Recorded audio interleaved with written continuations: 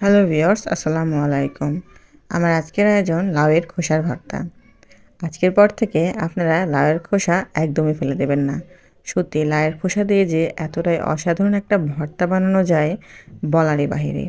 আজকে আমি আপনাদের সাথে সেটাই শেয়ার করব। চলুন দেখে নিই রেসিপিটি।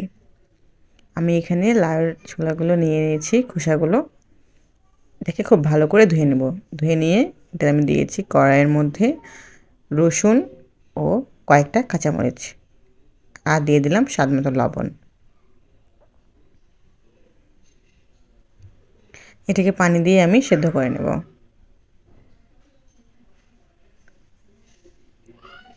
আর এই খোসার ভর্তার স্বাদ বাড়ানোর জন্য এখানে আমি কয়েকটা ছোট চিংড়ি নিয়ে নিয়েছি।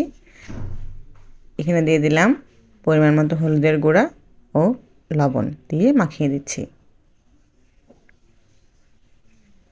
এটা দিলে কিন্তু লাউ খোসার ভর্তাটার স্বাদ দ্বিগুণ হয়ে যাবে। এটা এখন সেদ্ধ হয়ে গিয়েছে কিনা তা আমি চেক করে নেব।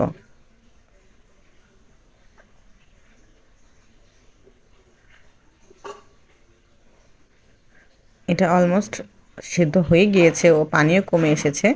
এখন এটাকে আমি উঠিয়ে নেব।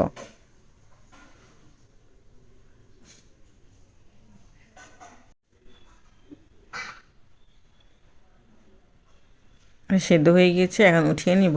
ওই প্যানের মধ্যেই আমি দিয়ে দিলাম সামান্য পরিমাণ তেল। ওই তেলের মধ্যে আমি চিংড়িগুলো ভেজে নেব।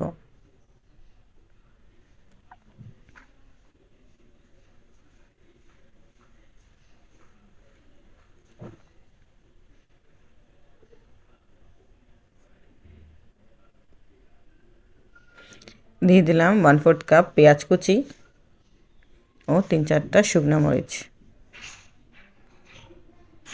এটা কিন্তু আমি খুব বেশিক্ষণ ভাজবো না, হালকা একটু সটে করে নেব।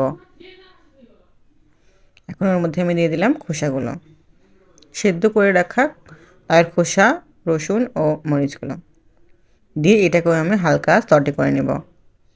খুব বেশিক্ষণ রান্না করা যাবে না, মানে পেঁয়াজকে একদমই সেদ্ধ বা লাল করা যাবে না। এখন এটা আমি বাটনায় তুলে বেটে নেব। আপনারা ইচ্ছে করলে ব্লেন্ডারে ব্লেন্ড করে নিতে পারেন বা শিলপাটায় বেটে নিতে পারেন। আমার কাছে এই বাটনায় বেটে নেওয়াটা খুব সহজ মনে হয়, আমি এই জন্যই তাই করি। এই বাটনার মধ্যেও কিন্তু চিংড়িগুলো খুব সহজেই ভর্তা হয়ে যায়।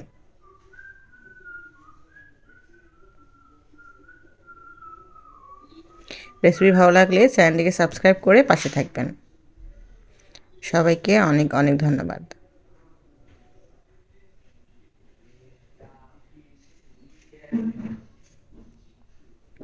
উপর থেকে একটু স্বাদ বাড়ানোর জন্য আমি দিয়ে দিয়েছি 1 চামচ সরিষার তেল।